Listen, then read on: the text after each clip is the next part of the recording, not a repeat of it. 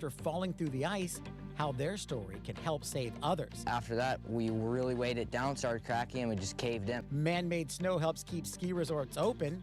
So how do they make it? About 28 degrees or less, low humidity, clear skies, light wind. Plus, the warning about the spread of a deadly disease in animals and why it gets so foggy in the fall. From our nation's capital, this is the National Weather Desk. And a very good morning and welcome to the National Weather Desk on this Thanksgiving week. I'm Brian Vandergraff, senior meteorologist at WJLA-TV in Washington, D.C. Well, the holiday week, Thanksgiving, kicks off with the threat for severe weather and ends with the arrival of some bitter cold air in many parts of the country. So let's start with those storms that brought heavy rain and lots of lightning to the Dallas region overnight. The Storm Prediction Center issued a level 2 alert for portions of eastern Texas and Louisiana today. That area includes Houston and Shreveport. Scattered severe thunderstorms are possible, along with a few brief tornadoes, damaging wind gusts, and sporadic large hail, all possible from the mid-afternoon through the overnight hours. Be safe. And then as folks hit the highways and skies next weekend, intense Arctic air will arrive. That dreaded polar vortex will spread over the northern and western half of the nation, bringing below normal temperatures from the Great Lakes all the way to the Pacific. For now, and the south and the eastern seaboard should remain at or above normal, but that could change later in the month because forecasts are, of course, always evolving. Here's Michigan meteorologist Eric Kostrieva with the latest. When we get into these colder months, it is a bit more active, so we have 4 different time frames that we usually look at to really get an idea of if we will see impactful weather. First is 7 to 10 days out. That's the overall pattern. Long-range models can show us a potential system, but there's a lot of variability at that point in time. 5 to 7 days away, the likelihood becomes a little bit more of something on our mind, because as we string together more of these model runs that indicate that storm system getting into our area, if that becomes more or less likely, we will potentially start to include it in our forecast. Then we say 3 to 5 days away. The storm arrival, the time frame, the precipitation types can become a little bit more clear to us, and then 1 to 3 days away, we start to give you the information on locations, precipitation, whether that's rain or snow, the impacts. Very helpful there. Well, that's one look at how meteorologists do their job, but there are, of course, many other factors we take into account as we build daily, weekly, and even long-term forecasts. Green Bay meteorologist Patrick Powell shows us what goes into crafting a seasonal forecast. In order to accomplish a winter forecast, it takes a lot of data, and we pour through data of different ocean temperatures and compare that to years past. And then we come up with a picture of how the atmosphere is going to evolve over the next couple of months. And some of the most important data that we get is from the tropical and the northern portions of the Pacific Ocean. Basically, we're checking water temperatures, because water temperatures that are warmer over a huge area can lead to pressure changes, which impact the jet stream and then impact what happens downstream into North America. So we look at the tropical Pacific water temperatures. Is there an El Nino or a La Nina?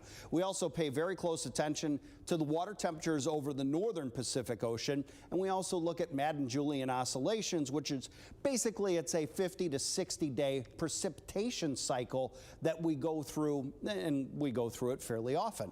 Take a look at what we're expecting for this winter. Waters in the tropical Pacific have been running cooler. So I am expecting a weak La Nina throughout the winter with cooler tropical Pacific water. Over the North Pacific, records have been set. The temperatures in the northern Pacific Ocean are very, very warm. And that leads to what's called a negative Pacific decadal oscillation.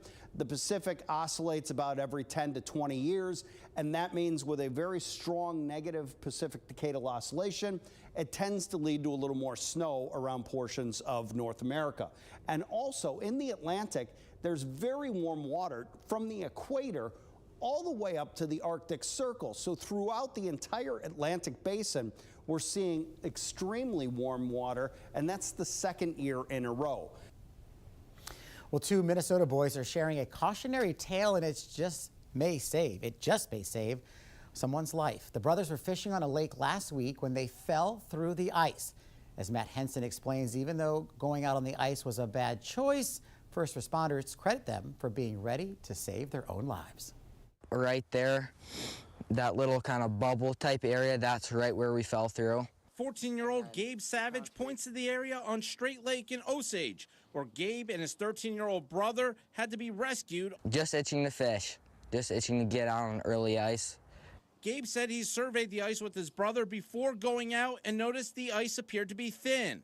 That's why they did not walk on the ice, but used their otter sled to slide across with an ice pick. It turned out the ice was only an inch thick. We just push ourselves out there and we use that to make our holes and stuff, and then after that it kind of just, the water started coming out of the holes, and after that we really weighed it down, started cracking, and we just caved in. A neighbor who was watching the boys noticed what happened about 100 yards from shore and called 911. The water and ice combo made it difficult to rescue the boys. It took about 25 minutes to reach them. First responders said the use of the otter sled was critical in keeping them above water and dry until help arrived. I'm so glad that I didn't drown or get hypothermia. I could still be in the hospital right now, or who knows. Gabe admits sharing his story is embarrassing, but thought his message could save others from making the same choice. It's important to me because I want other people to realize that they should just wait, and how dangerous it is to be out on ice this early, and when it's this thin, just not a smart idea. Well, ice isn't the only danger that comes with winter's arrival. It's also when most heating fires happen. Meteorologist Teresa Carter explains how to stay safe during the cold season. Heating is the second leading cause of home fires, deaths, and injuries. December, January, and February are the peak months for heating fires. To ensure fire safety this winter, maintain at least 3 feet away from heat sources like furnaces, fireplaces, wood stoves, and portable heaters.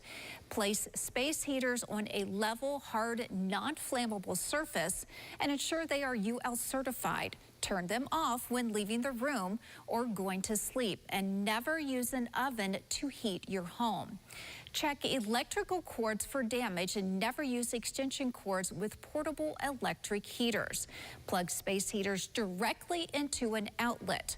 Have your furnace, chimney, and any other heating equipment inspected and cleaned by a qualified professional annually. Use a metal mesh screen to prevent sparks from entering the home.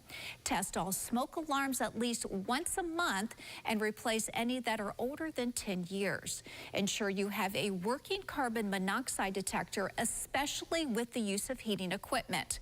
By taking proper steps, you can make sure your family and home are protected from winter fire hazards. Well, fog is once again blanketing large sections of the country through this morning. In fact, 36 million Americans woke up to dense fog advisories. The largest area in the Midwest and South, like here in Illinois, Iowa, Kentucky, and Georgia. And while fog can happen anytime during the year, meteorologist Dave Dirks explains why it's especially common this time of the year during fall. Check out these foggy scenes from Jonesboro, Tennessee. Isn't that beautiful? And also South Holston Lake. Beautiful to look at, but not so fun to drive through. A contributing factor is the high amount of moisture in the atmosphere, at least by November standards. Daytime temperatures have been in the 50s and 60s. The dew point temperatures have been roughly the same at times, and when the temperature and the dew point are the same, relative humidity is 100%. Now, a common type of fog is radiation fog and forms on clear and calm nights when the ground loses heat through radiation, cooling the air above until it becomes saturated and condenses. This is common in the valleys and near water as well. Now, when winter cold settles in, supercooled water droplets can freeze on objects like trees, resulting in a pretty display of rime ice. But also freezing fog can cause slick conditions on roads, especially on bridges and overpasses. And coming up on the National Weather Desk, recent rain has caused flooding in California, but we'll show you why it's been good news for local farmers. And we'll give you an inside look at how ski resorts make their own snow.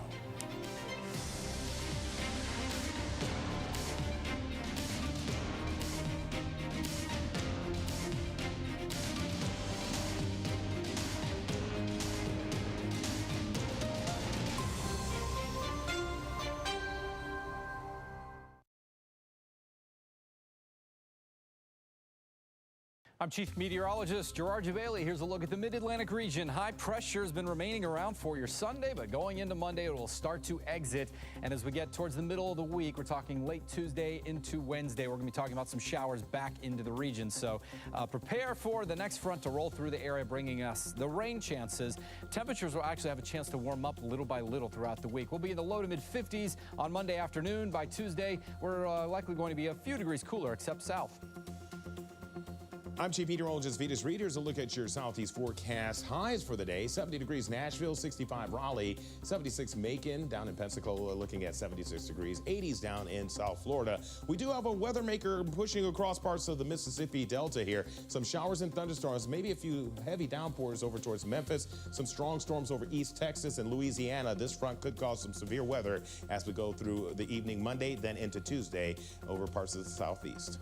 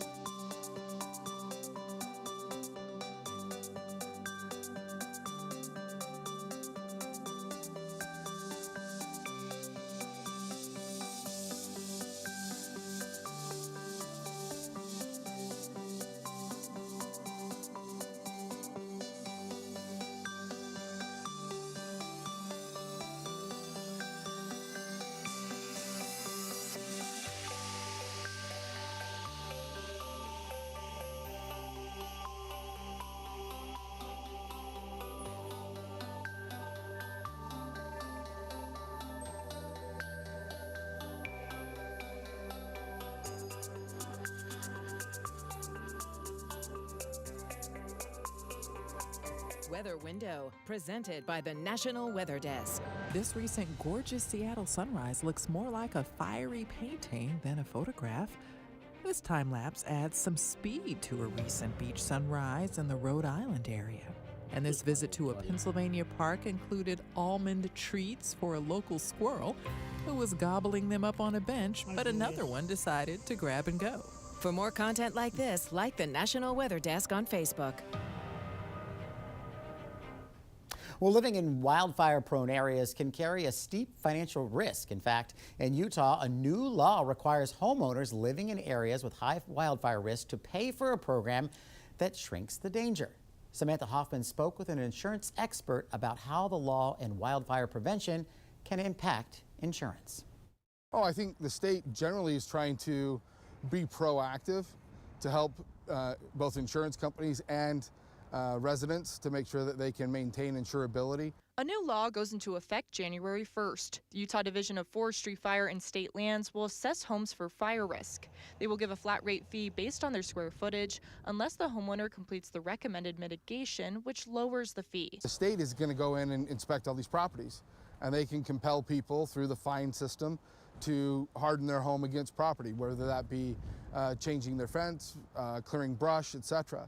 The fees go towards a wildland urban prevention, preparedness, and mitigation fund for the state. If homeowners and property owners are more proactive about clearing brush, hardening their homes against property, it helps everyone. As wildfires become more frequent or severe, Child says there's a risk of southern Utah not insuring homeowners, but he doesn't expect that yet. So if a particular area is entirely too risky, or a particular risk isn't something that's outside their comfort zone, they just won't write it. He also expects there to be added building codes for new homes built in fire-prone areas. And two sheep have been surprising and delighting residents in suburban Milwaukee. But one man knows it's no laughing matter. As Pavlina Osta reports, he's worried they won't be able to survive the winter if they're not wrangled soon. Animals, once they get loose, they tend to just keep going in any direction they find. Livestock handler Bernie Schneider isn't a rookie when it comes to wrangling animals. Cattle, bulls, and cows, heifers, some sheep and goats, some horses, but they're a little bit easier to catch. Schneider first saw the runaway sheep on social media Friday, but says they've been on the run since August. They're just kind of running free now. He says he's worried for their safety come winter. And it's getting cold, so it'll be hard for them to get water when it's frozen.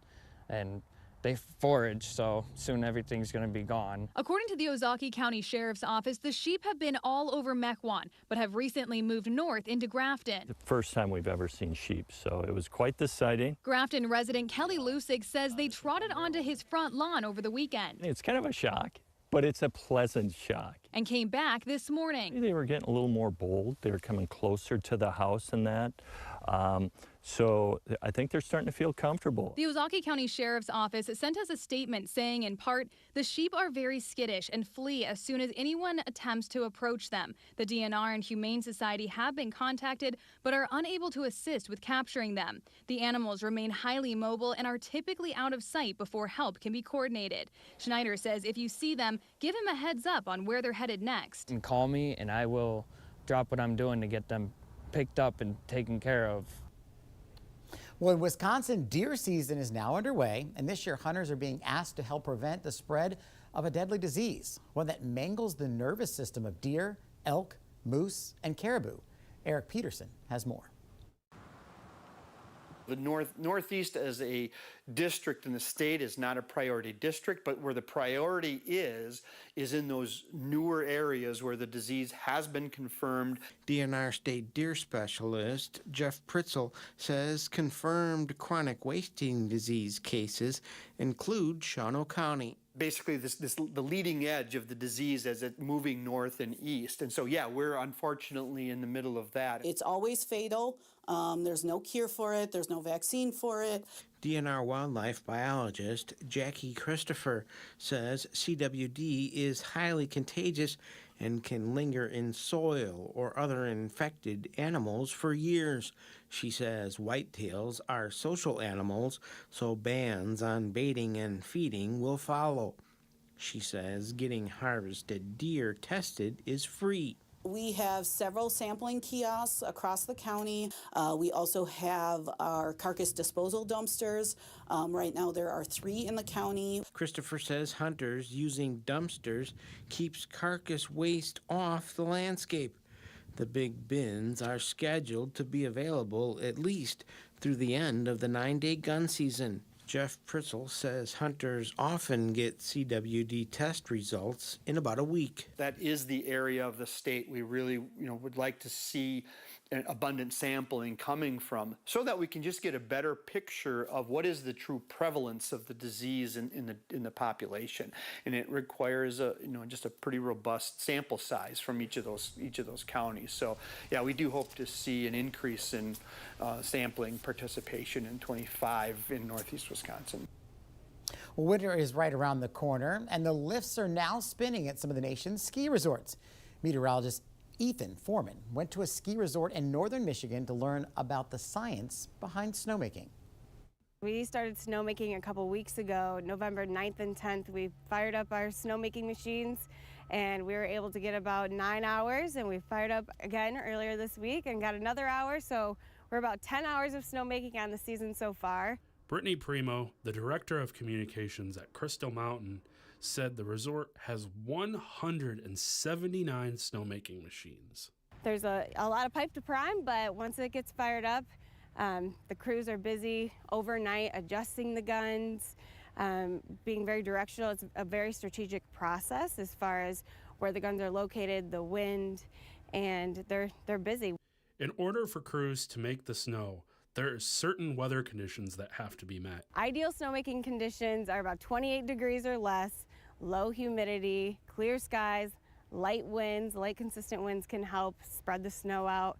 And we fire up the snowmaking machines based on temperatures. Primo says that snowmaking is a science, a strategy, and an art. Our snowmaking crew is very experienced. They know how to adjust the guns based on the weather conditions, making those certain adjustments. We also have automated snowmaking guns that will adjust to the temperatures on their own. Crystal Mountain has a couple different types of snowmaking machines they use. We have stick guns that are more directional for those tighter trails, and then we have the portable machines, which we have about 22 of those, which we're constantly moving throughout the season or even throughout the night wherever they're needed out on the slopes. John Ord, the manager of snow sports, is excited for the winter season, and once the snow starts falling and temperatures drop, he's eager to start giving skiing lessons. Well, time now for a short break, but first we take in views of Maryland's Chesapeake Bay Bridge.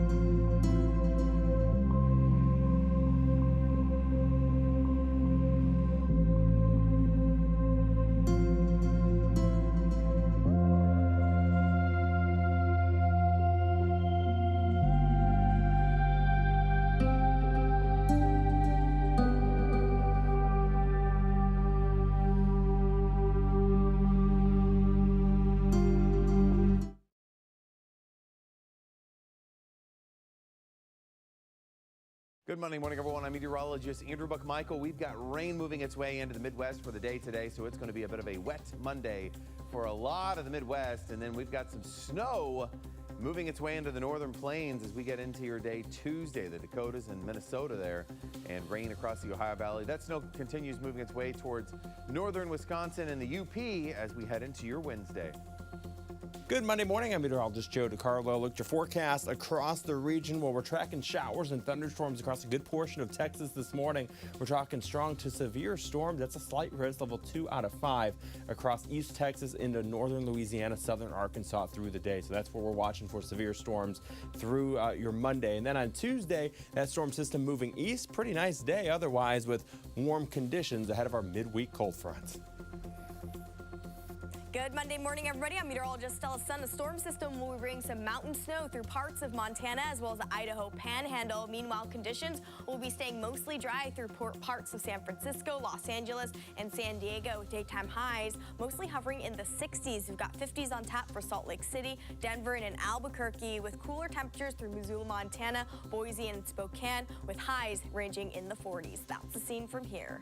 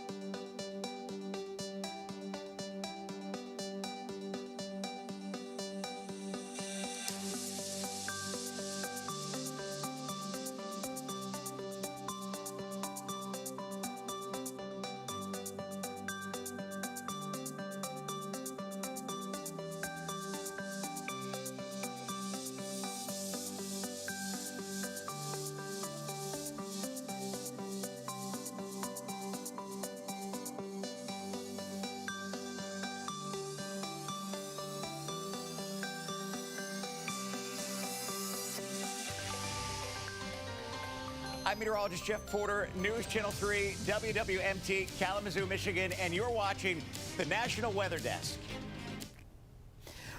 Excuse me, California saw a lot of rain last weekend, and it caused delays on roads and flooding in homes, but it was good news for the farmers in the region. Alexis Bruno has more.